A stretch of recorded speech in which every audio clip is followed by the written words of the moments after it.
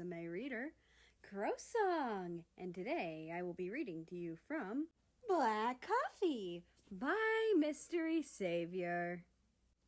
Now, on to Act 1, Chapter 14. Everything felt different. America, stop daydreaming and clean the coffee machine, please. Well, not everything. America was still slacking off, the cafe looked cozy, and the pastries in display still looked as dry as ever. It wasn't very crowded, as usual. There was a strong scent of caffeine in the air, which is to be expected in a cafe, of course. What felt different to Russia was the way he saw America. Before he knew the energetic country, he considered him nothing more than a stranger, someone who made his coffee and didn't care about his day, no matter how many times he asked. Someone who was a blank slate, a random NPC that still didn't have a quest for him yet.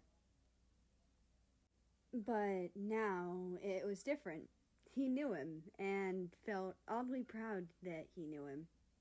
It felt comforting seeing a familiar face suddenly, without warning. Russia had the uncontrollable urge to do something he had never done before. He strolled across the tiled floor and up to the decorated counter. Расслабься, Россия. Будь спокоен, уверенный в себе. Which translates to, relax, Russia, be calm, confident.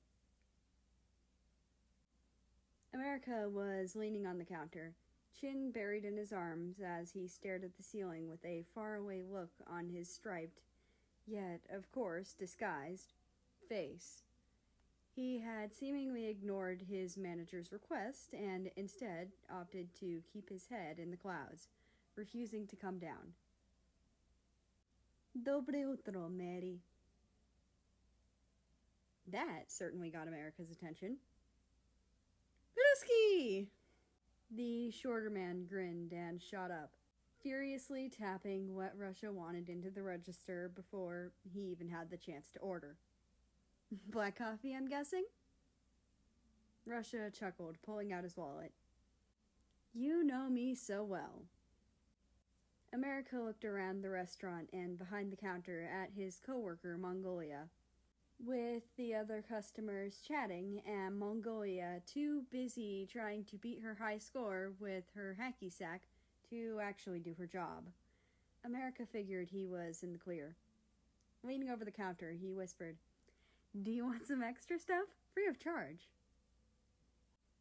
Russia pondered the offer for a few seconds before leaning in as well, deciding to whisper in America's ears since he was so close.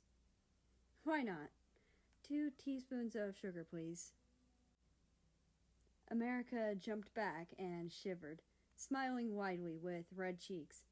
He got to work on turning the coffee machine on and placing the cup under, rubbing the back of his neck, trying to put the hairs standing on edge back down. Sure, just give me a sec. Russia raised an eyebrow and tilted his head, confused. Are you all right, Mary? You're acting kind of strange. The North American nation waved him off, sprinkling in the sugar with practiced precision. He plopped on the plastic lid and handed it to Russia as he exchanged it with less money than it was worth. Yep, I'm just dandy. What makes you say that? You saying dandy is a good example. America shuffled to his feet, blushing less now, but the color's still definitely there. Yeah, sorry, just, got a lot on my mind. Do you think you'd have enough space in your mind for me? America flushed again before somehow summoning his flirty side by leaning towards the Slavic nation. Russia, you're always on my mind, he purred. Что за America нет! That roughly translates to, what the fuck, America no. Russia squeaked, attracting attention of some random onlookers. America да. Это не то, что я имел в виду. That roughly translates to, that's not what I meant. America rolled his eyes playfully, straightening up and putting the money into the register. Then what did you mean? Russia sighed, covering his melting face. Do you, want to have lunch with me? That was so difficult to ask. Russia thought he might have been sweating. America brightened, taking off his apron and closing the register. Why didn't you just say so? America giggled, spinning on his heel to make his way around the corner. He made his way into the back room and grabbed out his lunch and a couple of treats from the cupboard for the two of them. As he passed Mongolia, who had gotten a grand total of 58 with her hacky sack skills, he grabbed the bean-filled ball as it soared into the air, halting her game. Hey! She exclaimed indignantly. I was using that. Yeah, but maybe you should be doing your job? You can't talk. I'm on break, America smirked, throwing the ball back. Can you take over for me, pretty please? Mongolia rolled her eyes, catching the hacky sack with ease. Yeah. Thanks heaps, Mongo Bongos. Don't call me that. America sauntered over to his tall friend and pulled him into a booth with the timber table separating them. Russia, frankly just surprised that his invite was even taken up, slowly sipped his coffee as America laid out his assortment of delicacies over the table. There were cinnamon buns, ham and cheese rolls, scones with butter and jam, mini pancakes, honey buns, and sausage rolls. Wow, you were prepared, Russia commented with a laugh, reaching over to steal a few of America's pancakes. The shorter country poked his tongue out at him and munched on a honey bun with a smile. Yeah, I tend to eat a lot, he agreed, proving his point by finishing his bun in record time and grabbing a sausage roll while sucking the sweetness off his fingers. All this stuff is unhealthy, Russia sighed, knowing he was still going to eat it anyway. That's what makes it so good. America continued to scarf down as much food as humanly possible, as Russia just sat in amazement and slurped his coffee. Mary, if you continue like that, you're going to make yourself sick. America stopped to wink at him slyly. That's the plan.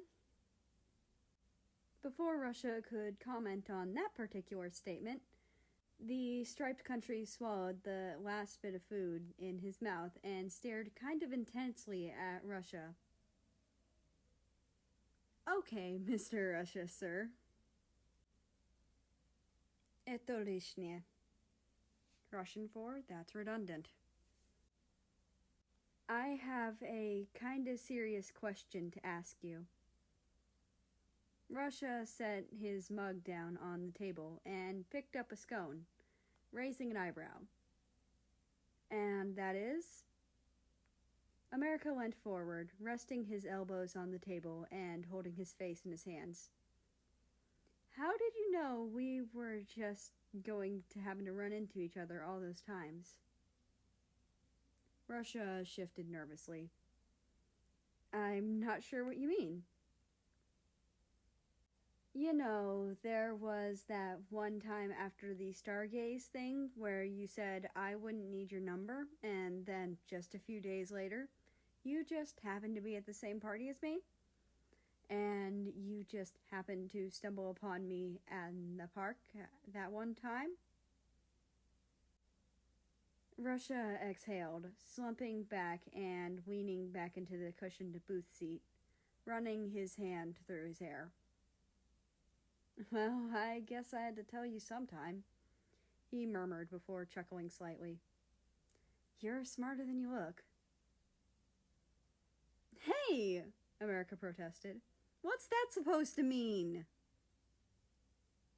Nothing.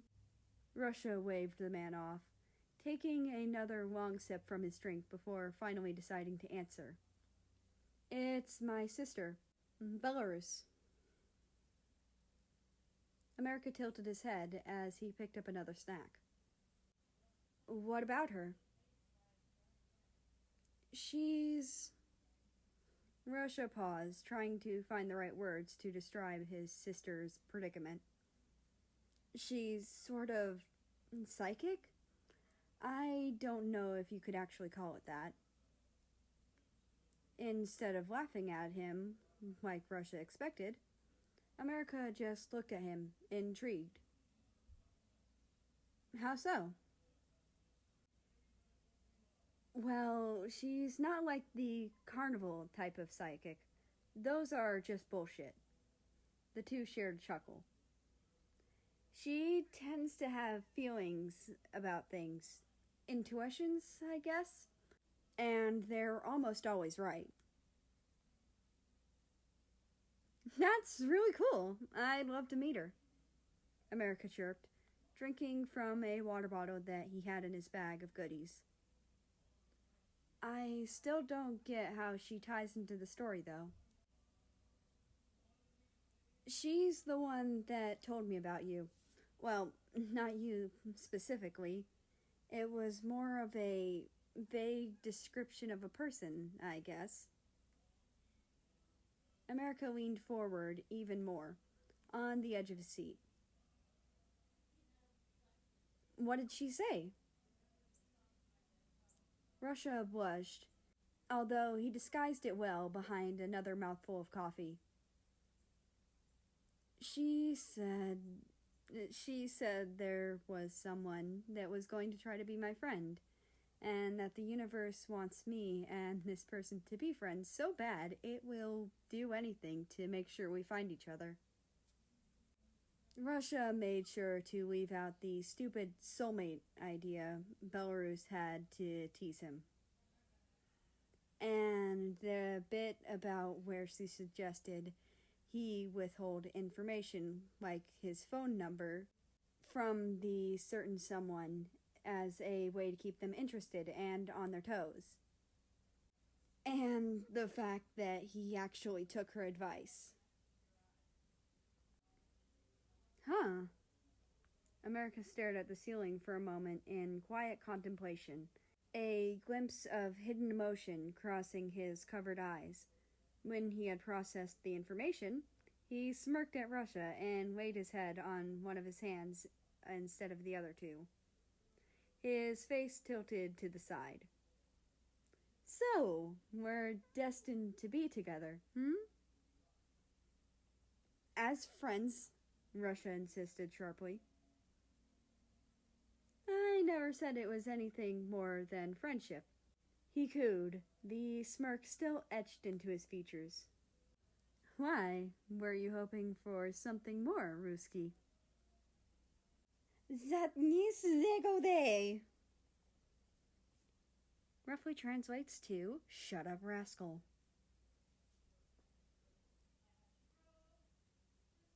And that's the end of this chapter. I hope you enjoyed it, because I certainly did. Anyway, I'd like to invite you to join the Discord, which is linked down in the description below. That being said, I hope you have a nice rest of your day, night, or whatever it is for you. Just enjoy your time. And I will see you tomorrow.